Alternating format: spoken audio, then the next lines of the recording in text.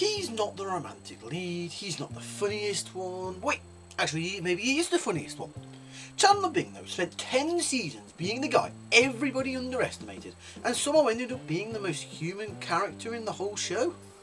Today we're making the case that Chandler Bing is the best character Friends ever produced, with 5 reasons as to why, and then we're going to tear that argument apart with 5 reasons as to why he is not the best. Pop pop! So let's begin, shall we, with 5 reasons as to why Chandler Bing is the best Friends character around. Reason number 1 is that he's the most relatable character on the show. Chandler is anxious, awkward, bad at talking to women, and uses humour as a defence mechanism. I mean, in his own words, he's hopeless and awkward and desperate for love, as he screams at Janice. For a huge chunk of the audience though, especially anyone who's ever felt like the odd one out, Chandler is them. Ross, Rachel and Monica, they all have this kind of aspirational quality to them. Chandler just feels real and it can give them hope that things might seem bleak now, but they'll work out alright in the end. Number 2 is that his comedy is the most sophisticated.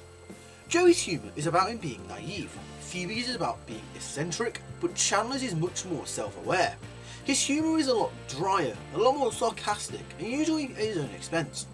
He's essentially doing stand-up inside of a sitcom, and most of his best lines would land just as well in a monologue.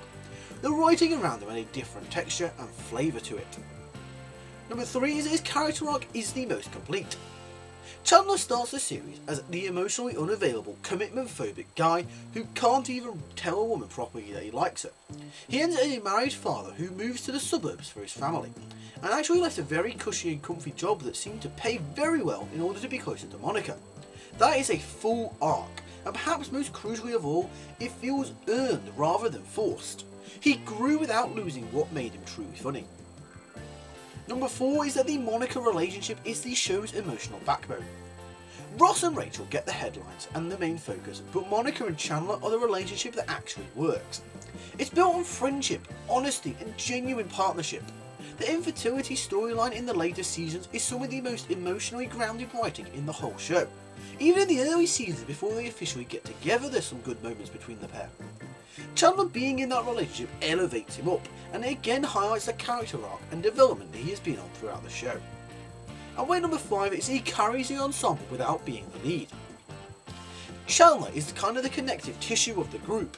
You see, he's Ross's best friend, he ends up with Monica, he's Joey's roommate and his protector, he has meaningful relationships with pretty much every single character, barring maybe Phoebe, but he still has some very good moments with Phoebe throughout.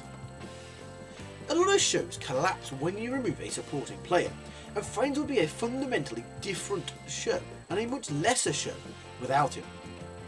Now, for the sake of balance, let's take a look at 5 reasons why Chandler isn't the best character.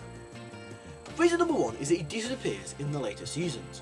Post-Mondler wedding, Chandler's role noticeably shrinks. The show increasingly begins to centre on the Ross-Rachel storyline, Phoebe's love life and the baby plotlines, and Chandler often feels like background furniture. His Tulsa job arc is one of the weakest storylines in the show's run, and the back end of the series really doesn't serve him too well. Way number 2 is his humour can become a little bit of a crutch that the writers were leaning on a bit too hard. Early Chandler uses comedy to mask his genuine pain, and is quite layered. But by season 7 or 8, the jokes feel reflexive rather than character driven. The show sometimes defaults to have Chandler make a sarcastic comment when it doesn't know what else to do with him in a scene, and that can become a little bit annoying at points. Reason number 3 is that he's not actually funny when you remove the delivery. This might be a little bit of a spicy one. If you were to read a lot of Chandler's lines on paper, they're all fairly ordinary. A significant part of what made him iconic is Matthew Perry's timing. His physicality, the "could this be anymore?" the cadence he delivered that line with.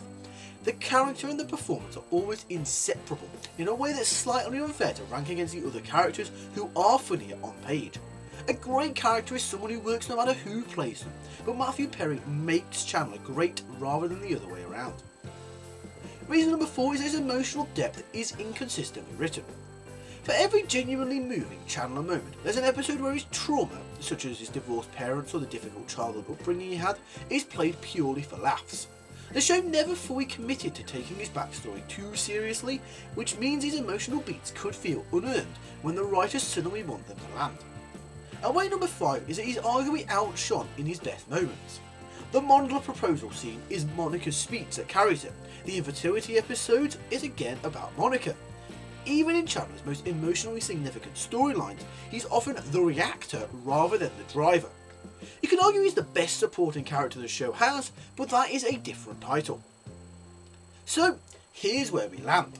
Chandler Bing is probably the most relatable, the most consistently funny, and the most fully realised character in Friends, right up until the show stops knowing what to do with him. He's the guy who holds the thing together quietly without ever getting the credit that Ross and Rachel hoover up. And maybe that's the most Chandler thing of all, isn't it? Being essential and underrated at the same time. Is he the best character? Well, I think he's certainly in the top 3, but I'd love to know if you agree. Especially if you've watched the Ross and Joey videos, drop your ranking in the comments down below.